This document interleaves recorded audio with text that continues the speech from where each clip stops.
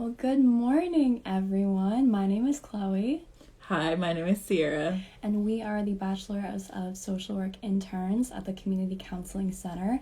And so we are really excited today to get to invite on Lanice Singh from APU's University Counseling Center. And she's going to be sharing with us some tips about healthy relationships and setting boundaries, communication patterns, just great things like that. Mm-hmm. Yeah, and if you've been looking at our Instagram feed lately, you'll see that we've been focusing a lot on domestic violence awareness, on breast cancer awareness month, really on things that impact vulnerable members of our community. And so relationships are something that touch each and every one of us. It's something that we're all impacted by. And so we thought, what perfect way to focus on this than to bring in a therapist who really specializes in this. Mm-hmm. Yeah, so let's see if Lanice has joined our live. I don't think so yet, but we will wait for her for a few more minutes, and we'll just kind of share with y'all what our reasoning was going into this on focusing specifically on these topics. So, Sierra, you were really passionate about domestic violence awareness. Would you tell us a little bit about why that is? Yes, domestic violence, it affects everyone. It affects any, like 1 in 3 women is at some point in their life will be affected by domestic violence, and I think it's 1 in 4 men who will be affected by domestic violence in their relationships, and it's just everyone, like anyone you could think of would be affected by domestic violence, and that it's important that we talk about it and that we bring awareness, because so many people, when they think of domestic violence, it thinks that it's just physical, but it's emotional, it's financial. People can be in domestic violence relationships for a really long time, and it just affects them deeply. And it's we bring awareness so that people know that they're not alone. A lot of times, people don't really seek they don't really seek help because they think it's just them. So it's just important that everyone knows that it could be anyone, and that it happens a lot, and that we should help. Yeah. Yeah, thanks for sharing. Well, hi, Lanice. Welcome on. Nice to meet Hello. you. Hi, good to see you too.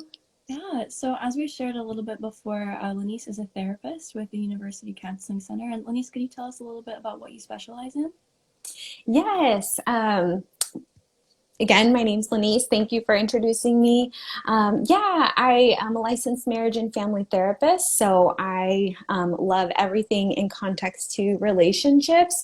And one of the biggest areas that I love to specialize in is couples counseling, family counseling, and I love boundary work. So those are probably my Awesome. 3 top favorites.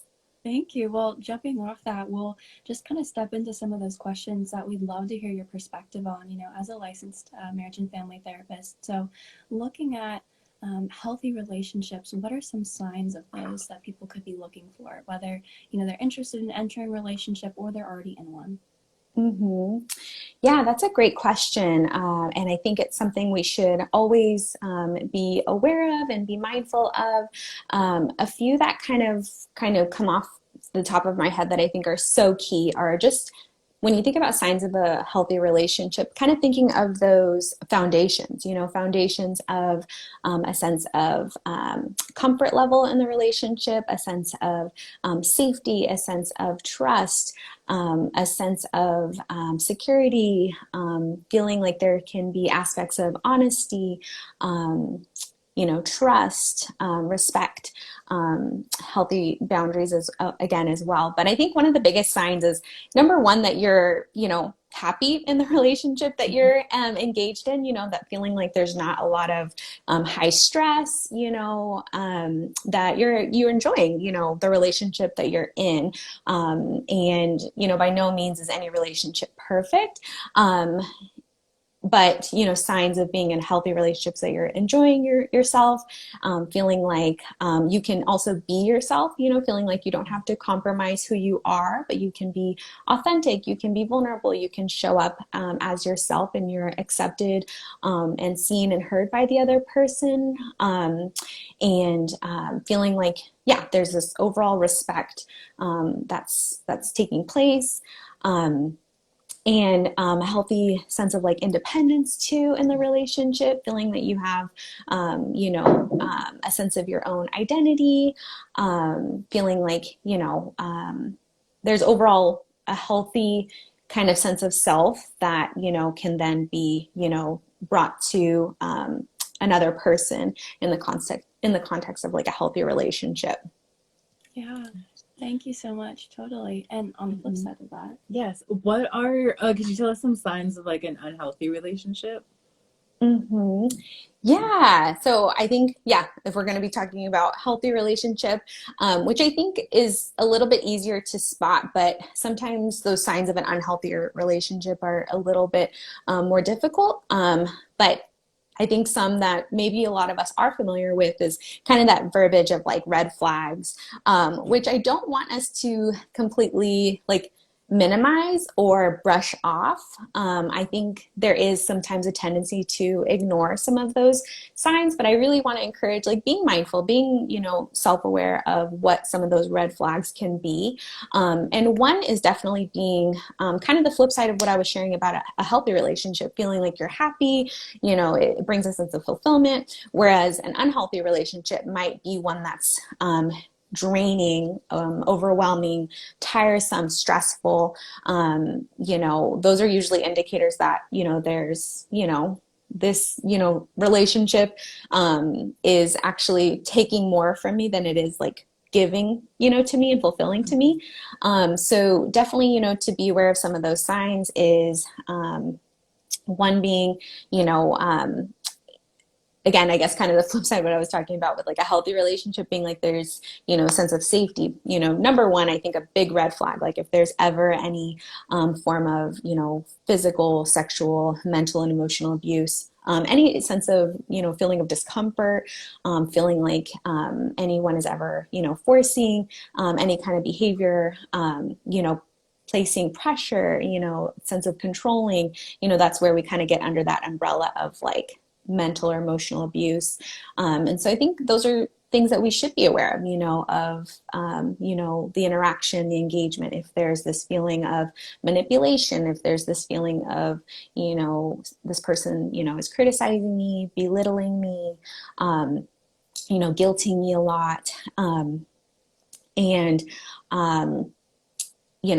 I'm again feeling, more like this is taking a toll on my mental health. Those are usually, signs, as well as, sorry, there's so many. I'm trying to like think of like how to, again, kind of the flip side of a healthy relationship being like there's a healthy sense of independence.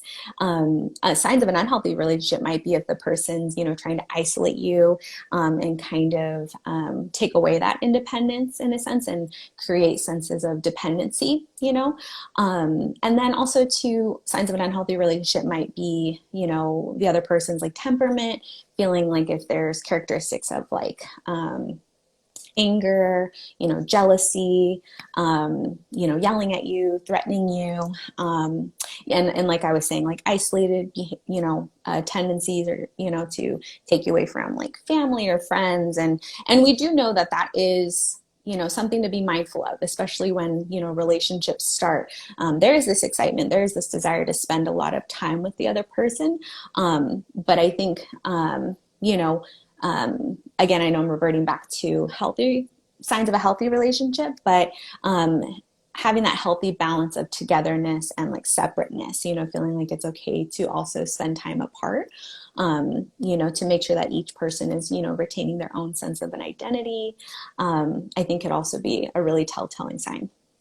Yeah, thank you so much for sharing that. And also for those of you who are just hopping on and joining us, today we're discussing signs of healthy relationships and what are boundaries, how do we set them, what is consent, what does that look like?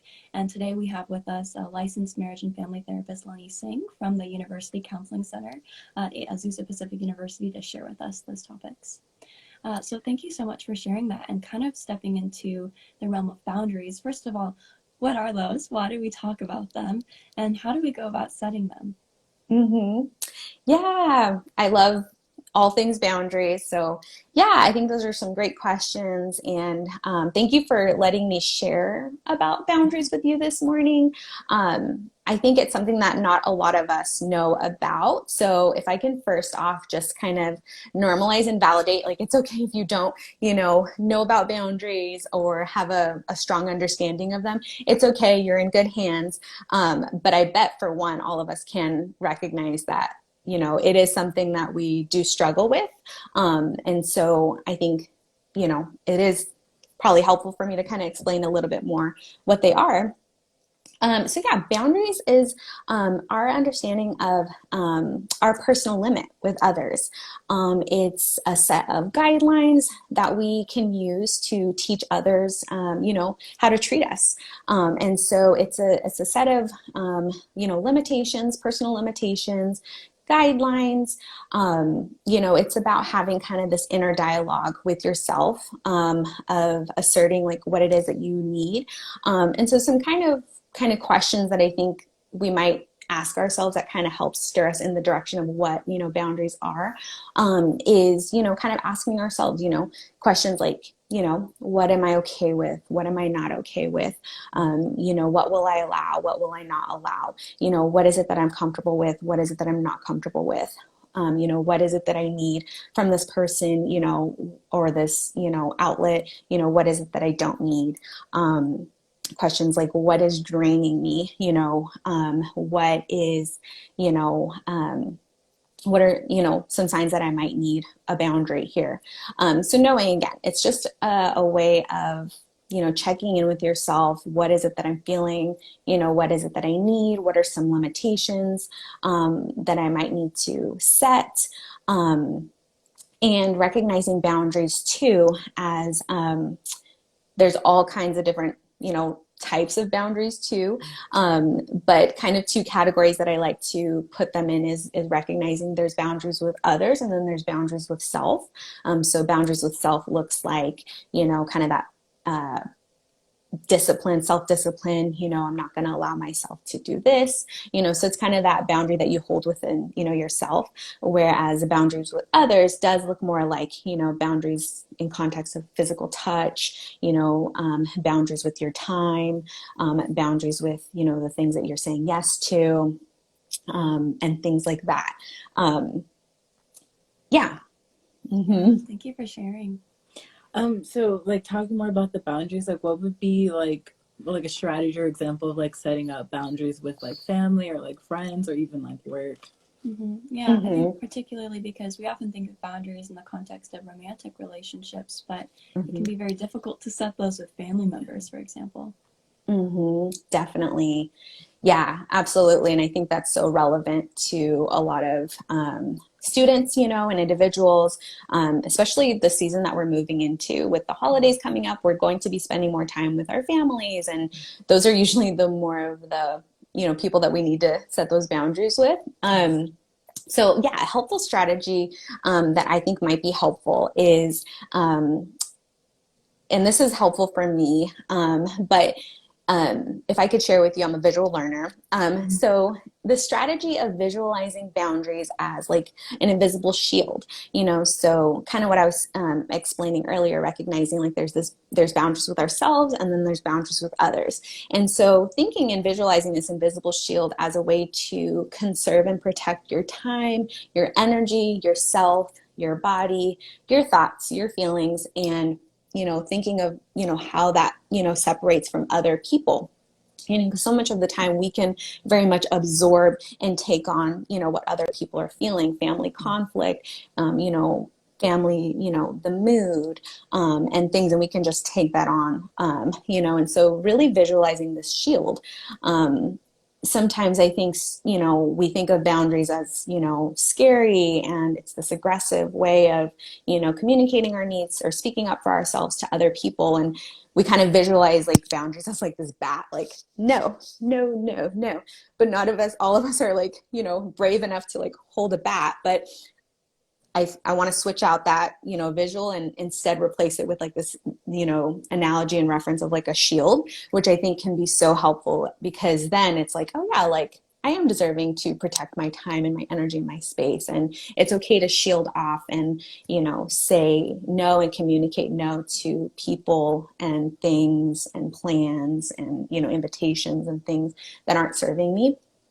And another one too that I think is so important when we think about like strategies is this idea of trade-offs, so really being picky and choosy. And I want to really empower, those that are listening to, it's okay to, set boundaries for yourself, because there's this trade-off, when we're balancing our yeses and our nos with others. If I say yes to this, in exchange, I am saying no to myself, and that's where, exhaustion, resentment, and some of those negative emotions build up.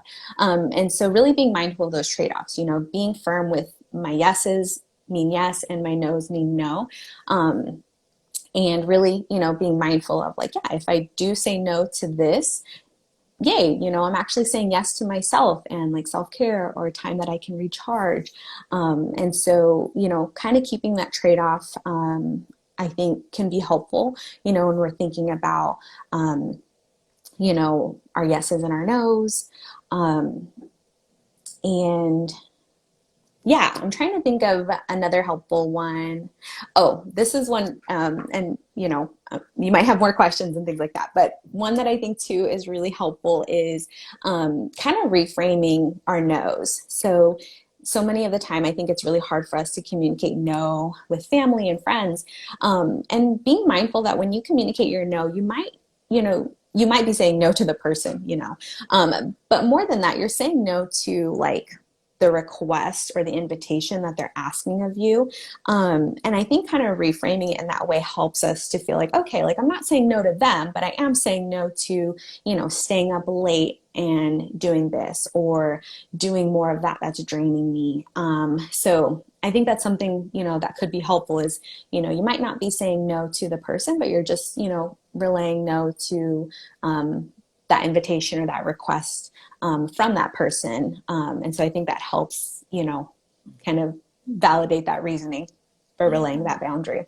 Completely. And I think, there is a tendency that we have to feel guilty or to feel bad for setting a boundary or establishing something. So, exactly with what you were sharing about how you're not just saying a flat out no to the other person, it really is. It's a saying yes to something else, a yes that is going to help you, or a no to, a situation that's going to negatively impact you. And that is very empowering as you're recognizing this isn't a conflict between me and another person, though they might perceive it as such, but it's just a healthy way of saying yes to myself.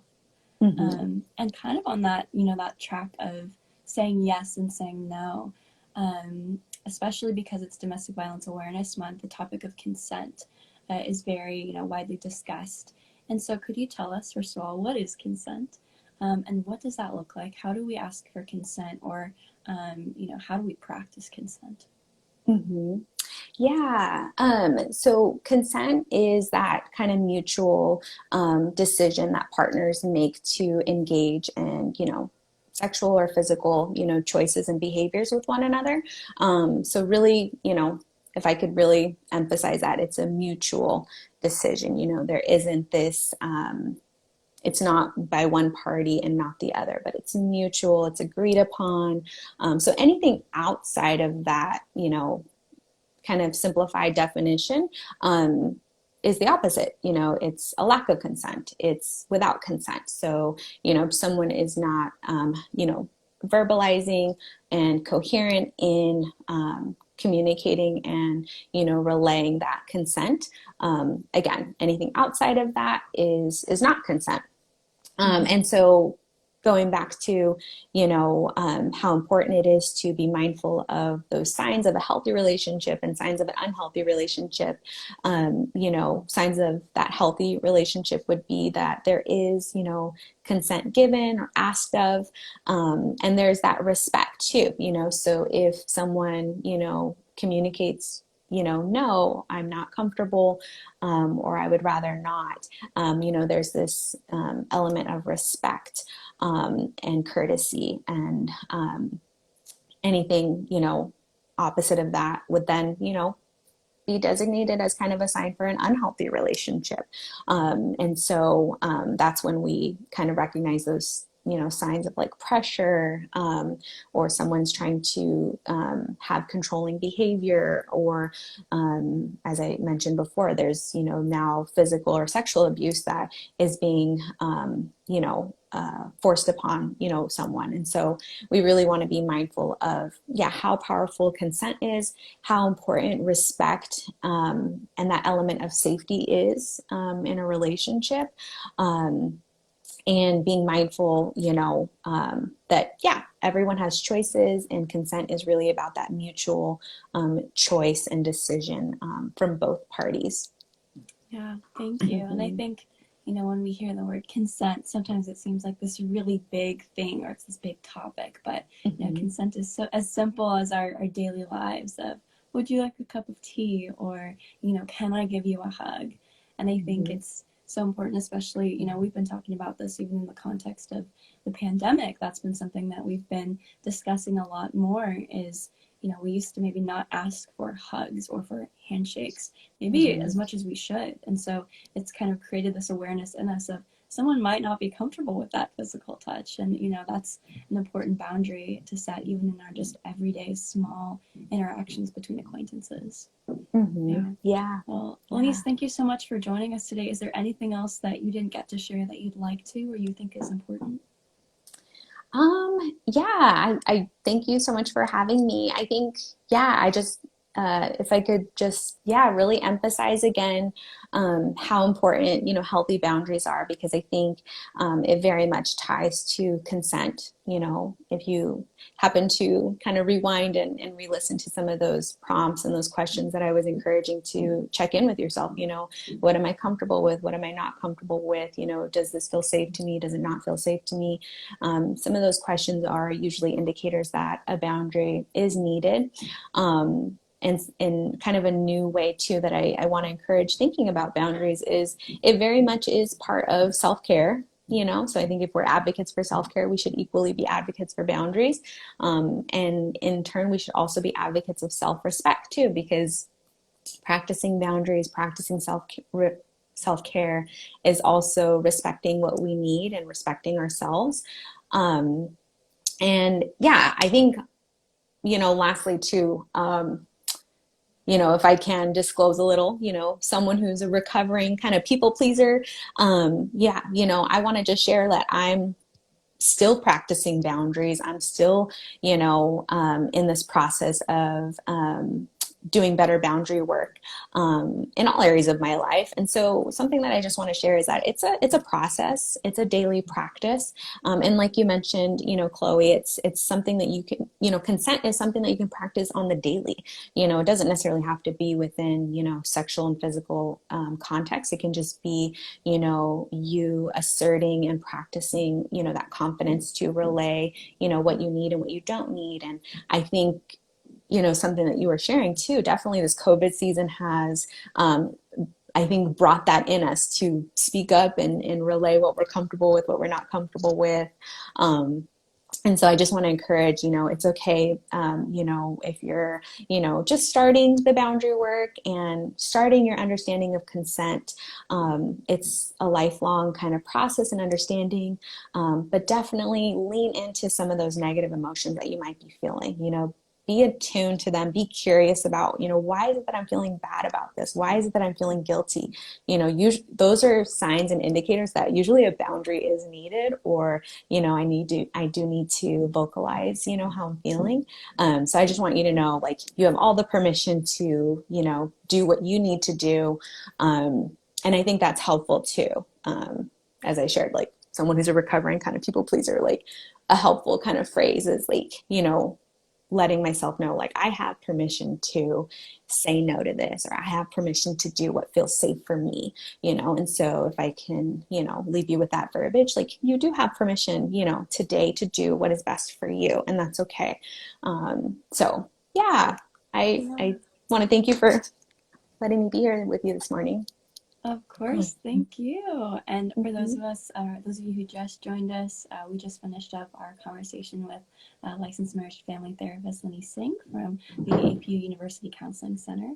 So if you would all love to go and follow APU Counseling, you can do that. They post great educational things. But other than that, just thank you so much for joining us, ladies. Thank you.